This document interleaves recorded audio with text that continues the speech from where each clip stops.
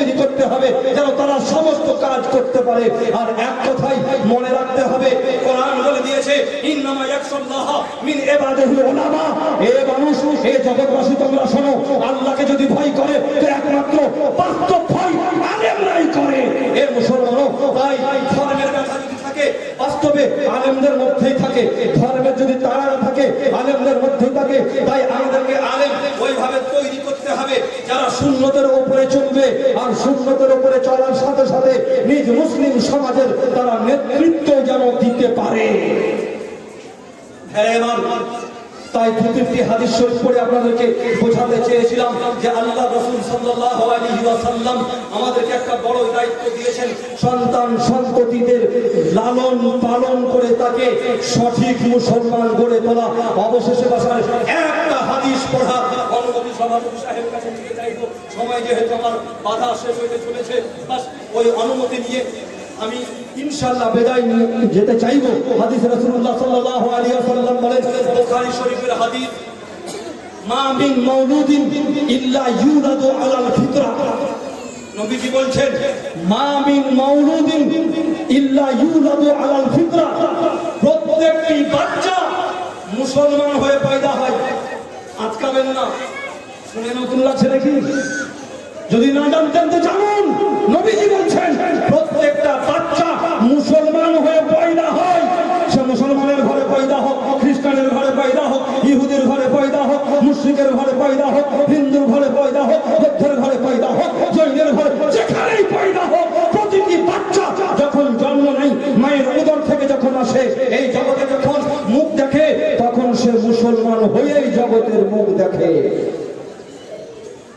তারপরে রাসূলুল্লাহ সাল্লাল্লাহু আলাইহি ওয়াসাল্লাম বলেন, সুম্মা আবাওয়াহু ইউহাব্বিদানিহি আও ইউনাজ্জিসানিহি আও ইউনাসসিরানিহি। তারপরে তার বাবা মাই তাকে হয় ইহুদি করে দেয়, না হয় বাবা মা তাকে খ্রিস্টান করে দেয়, আর নয় বাবা মা তাকে অগ্নি পূজক করে দেয়। বাবা মাই ওদেরকে এই করে দেয়, কিন্তু বাস্তবে প্রত্যেকটা সন্তান মুসলমান হয়ে জন্ম নেয়। এই মুসলমান, এই হাদিস থেকে আমরা বুঝতে পারি রাসূলুল্লাহ সাল্লাল্লাহু আলাইহি ওয়াসাল্লাম এখানে আমাদেরকে বুঝাতে চেয়েছেন, মুসলমানদেরকে বুঝাতে চেয়েছেন যে মুসলমানের ঘরে যে বাচ্চা পয়দা হয় সে মুসলমান হয়ে পয়দা হয়, কিন্তু বাবা মা তার লালন পালন ঠিকভাবে করে না, বাবা মা তার শিক্ষার ব্যবস্থা ঠিকভাবে করে না, কোরআনের শিক্ষা তাকে দেয় না, আরবের শিক্ষা দেয় না। তাই প্যান্ট খুলে পেশাব করে আর বাম হাতে সে খাবার খায় আর আল্লাহ সম্পর্কে উল্টো পাল্টে মন্তব্য করে। এর জন্য তাই বাবা মা, সেই জন্য হাদিসটা পূর্বে বলেছিলাম হযরত আব্দুল্লাহ ইবনে ওমর রাদিয়াল্লাহু তাআলা আনহু থেকে হাদিসটি বর্ণিত হয়েছে। রাসূলুল্লাহ সাল্লাল্লাহু আলাইহি ওয়াসাল্লাম বলেন, কিয়ামতের মাঠে তোমাদেরকে প্রশ্ন করা হবে তোমাদের সন্তান সন্ততি সম্পর্কে, যে তোমরা কি আদব শিখিয়েছিলে আর তাকে কি জ্ঞান তোমরা দিয়েছিলে। হে মুসলমান, তাই মুসলিম হিসেবে আমাদের দায়িত্ব কর্তাই যেন আমাদের সুন্নি ঘরের ছেলে ওয়াহাবি না হয়ে যায়। কি আশ্চর্য কথা! বাবা সারা জীবন নাভির নিচে হাত বেঁধে এলো, চুপে চুপে আমিন পড়ে এলো, সারা জীবন হালুয়া রুটি খেয়ে এলো, হালুয়া রুটি করে এলো, কানে দেখো ওর বেটা এবার বুকের উপরে হাত বাঁধছে।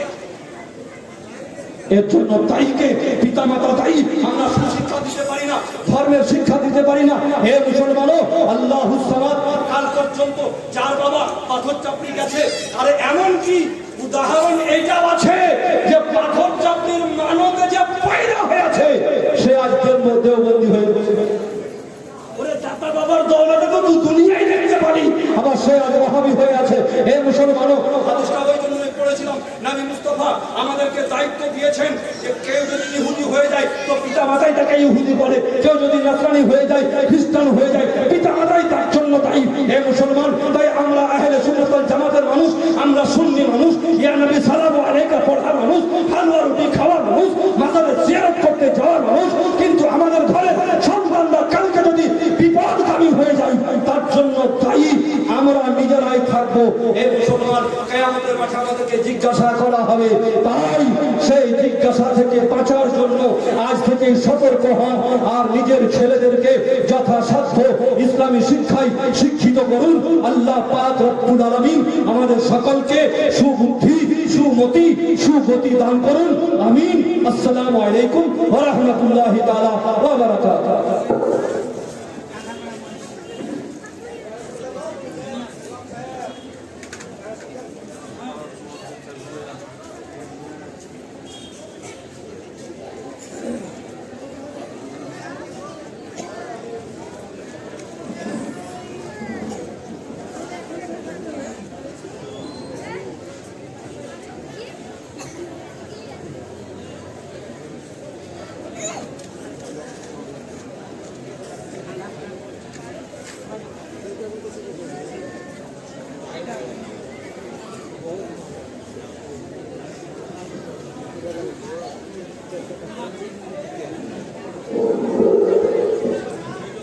মাননীয় মাস্টার মহাশয় একটা দায়িত্ব দিলেন, সেই দায়িত্বটা পালন করে ইনশাল্লাহ আমি চলে যাব। আপনাদের এই নয়াগ্রামের কাজল শেখ লতিফ মাস্টার সাহেবের ভাই অসুস্থ, হসপিটালাইজড, তার জন্য দোয়া করার অনুরোধ